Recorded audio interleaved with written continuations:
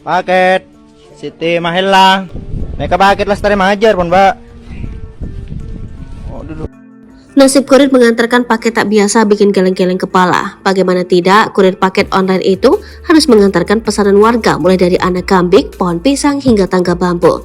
Dalam video yang beredar, kurir yang masih mengenakan helm dan berjaket putih harus mengantarkan paket berupa pohon pisang ke rumah warga. Ia terlihat kesulitan membawa pohon pisang tersebut. Saat sudah sampai di hadapan pemesan, kurir itu lalu meletakkan pohon pisang tersebut. Selain pohon pisang, pada postingan tersebut juga terdapat video kurir yang mengirimkan anak kambing.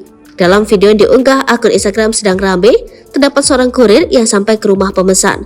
Kurir itu memarkirkan sepeda motor bebeknya. Paket Siti Mahela, teriak kurir. Kurir itu lalu membuka tas keranjang di atas sepeda motornya. Setelah dibuka, ternyata isinya adalah anak kambing warna coklat.